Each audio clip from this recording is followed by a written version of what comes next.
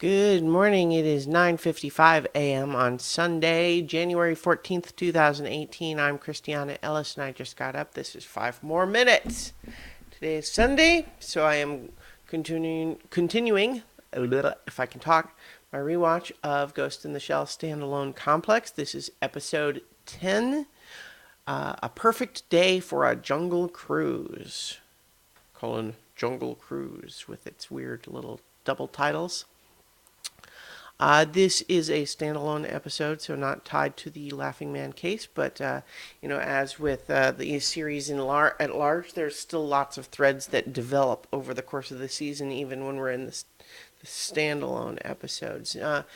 In particular, I want to just briefly touch on the Tachikomas because we haven't talked very much about them in the last few episodes, but what we've certainly been seeing over the course of the season so far, both in the episode proper and in the little Tachikoma Club sequences at the end, is definitely continuing to characterize the Tachikomas as curious, playful, certainly willing to take direction. Like they don't refuse commands, but they are easily distracted and occasionally have to be sort of ordered back in line. And they're definitely inventing little games to play amongst themselves, and like we see that in the Tachikoma Club settings, but then also as we see them exploring the electronics market in this episode, we see them talking about their experience points will go up if they get to explore a location like that one, and then they're making jokes later in the sewers when they observe, oh, the dampness will mess with their optical camouflage. And Boma says, just be grateful you don't have a sense of smell. And then they're saying Boma's discomfort index, because they had just been talking about optical camouflage visibility index. And then they say Boma's discomfort index is 68%. So they're definitely not only developing as, a general personality, but they also are having conversations with each other about the things that interest them separate from the case. And I'm just noting that not because anything especially significant happened in this episode, but just because that's the developing thread. But the bulk of this episode is a fairly straightforward case. It's focusing on Bato, who, has certainly been around, but not the central focus of the episodes so far. And so basically what happens, the plot of the episode, is that there seems to be a serial killer out and about in Japan who is doing a gross way of killing people where he skins them removing their skin in the shape of a t-shirt, which is weird. And also, as it develops over the course of the episode, he's taking videos of these murders and essentially distributing them to the people to be scary. And so, relatively shortly after they start, investigating, first of all, as soon as we're introduced to the case along with Section 9, it becomes obvious Bato knows something about it that he's not telling. Now, let's think about who Bato has been shown to be over the course of the season so far. He's not really been the focus because he's mostly just been kind of a support player. He's certainly one of the team's heavy hitters, along with the Major. He's probably he's the most physically powerful of the team, just in terms of fighting and agility and that sort of thing. It's not obvious, like the one time we saw them, him and the Major sort of square off even as a joke. She didn't engage him physically. She hacked him instead, made him hit himself. But so he's always certainly been a loyal, committed part of the team, very professional, but also, inclined to make his own little sarcastic comments here and there. He's kind of playful. He's a little broy. He's got a sense of humor. He's got that weird habit of buying exercise equipment for his artificial body. In any case, he is immediately acting different than we've seen him already. We've been watching the season long enough to have established that part of his personality. So for him to be just uber grim and gruff and not making any jokes at all. Not that the serial killer is a funny thing, but we can definitely see the change in his personality as they're investigating this case. Briefly, I want to talk about just the actual depictions of the killings. The cartoon doesn't go that far, but it certainly, depending on, like if you're trying to consider who's the audience for this, right? Like if we're saying it's adults, especially given, the prevalence of like crime procedurals on TV these days, CSI or those sorts of shows, nothing shown in this episode is, I mean, it's conceptually disturbing as opposed to things that you actually see on screen. But there's an unsettling scream at parts. We see a couple of shots that are meant to be the skin removed, even though like what we really mostly just see is red.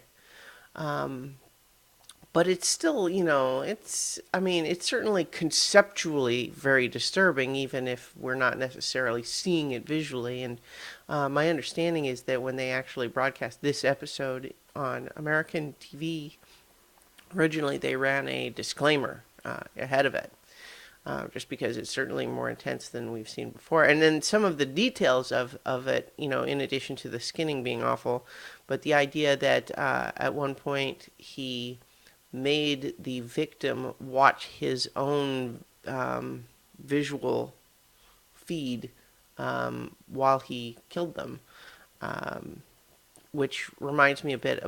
Well, I won't get into it, but there's a movie called Strange Days that has kind of a similar concept in it. It's very upsetting, and so certainly everyone in Section 9 is very concerned about this guy. And also, like wanting to stop him because he's awful. But then, as they're digging into it a little bit, it becomes obvious that there's an existing history that seems to be connection to something related to the American Empire. And in particular, the CIA has sent a couple of people to Japan to meet with Section 9 and basically help apprehend this guy. And immediately they're already frustrated because what the CIA says is that they want to just essentially extract him and take him back to America, and that means that none of the killings in Japan will ever get a case closed, which is frustrating for the police there. And for Section 9, and also just there's this sense of America has this guy, and he's their guy, but he's killing our people, and they don't want to pay for that or deal with that. There's also an interesting little note that might have probably additional context in Japan. But it's made very obvious and kind of noted on a couple of times in the episode that the two CIA people that have been sent are sort of very Japanese. They have sort of very traditionally Japanese names. They're depicted on screen as sort of, like everyone in the show, there's the whole anime eyes thing. And so these two characters are actually shown with much more of the, the epicanthic fold, to make them look more Japanese, even than our actual Japanese characters. And then showing them like bowing and like being sort of very like stereotypical, which is interesting and I think plays into this idea that the CIA is all about mind games. And this, so who do they send to be the CIA representative to Japan? Well, let's get a couple of Japanese guys. Anyway, over the course of the episode, the Section 9 becomes suspicious because the CIA does not seem to be surprised by any of the developments of the case. It's increasingly clear that Bato has some sort of a connection. He's having various little flashbacks that are mysterious at first. But ultimately what it comes down to is that this guy is sort of a lingering artifact of a really unpleasant operation that America had performed back in South America years prior, where the idea was to sap a local, an indigenous people's will to fight by essentially killing women and children in a really upsetting ways. And so this killer is apparently reenacting that sort of a plan. So he's killing people and then spreading the word, and this idea that he's trying to, you know, continue that sort of mission. And then and Bato, when he was previously in the Japanese military before becoming part of Section 9, had basically stumbled upon the after effects of one of those incidents back when he was in South America. And that apparently at that time had not been able to do anything about it. And so, although that's made a little bit unclear because it makes it seem like he did see, like he could have taken the guy out, but then didn't. The backstory is a little bit unclear. But in any event, it becomes obvious that Bato really wants to just kill this guy. But that would, of course, be the wrong thing to do from a legal standpoint. But then, as we further discover, because Ishikawa and Section 9 are suspicious, they hack into these CIA guys, find their files, and essentially determine this was the plan all along. Is they want this guy to die in an unofficial way.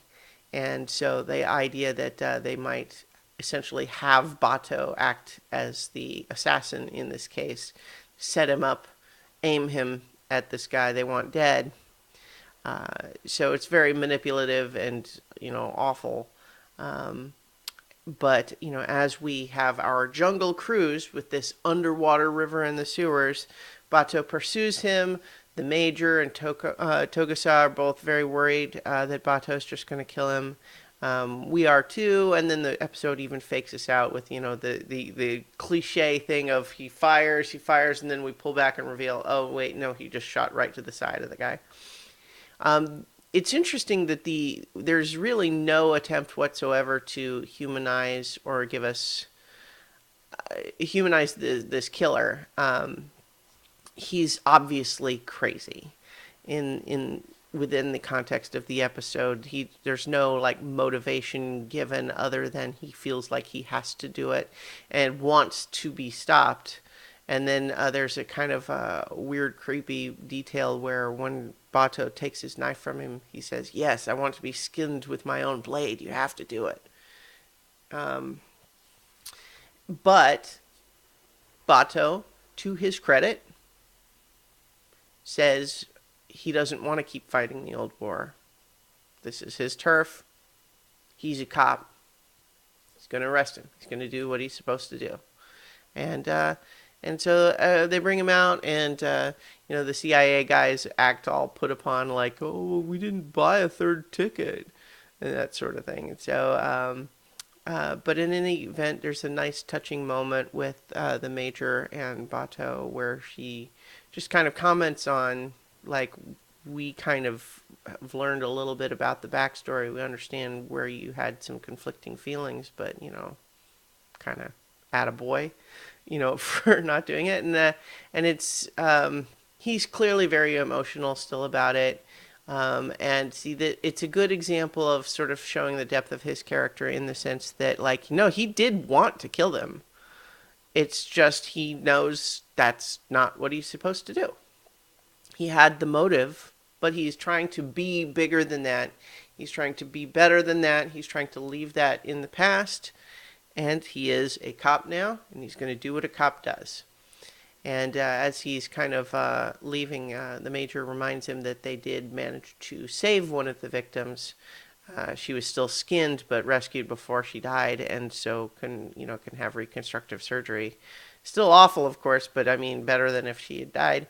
And so she kind of just reminds him, "You did save one of them this time." And then he doesn't really acknowledge, but we can kind of imagine that it lightens the sting just a little bit, but mostly this is just something that he has to process on his own. But as an episode to give us some of Bato's backstory, deepen his character a little bit, it's good in that regard. I'm not a super fan of the serial killer stuff. But all things considered, I think it's a fine episode for a standalone. So in the next week, we'll be talking about episode 11, in the forest of pupae, like the insect sort of cocoons and stuff like that, which is another complex episode. So we'll be back next week to talk about that. And in the meantime, I'll talk to you tomorrow for 5 more minutes.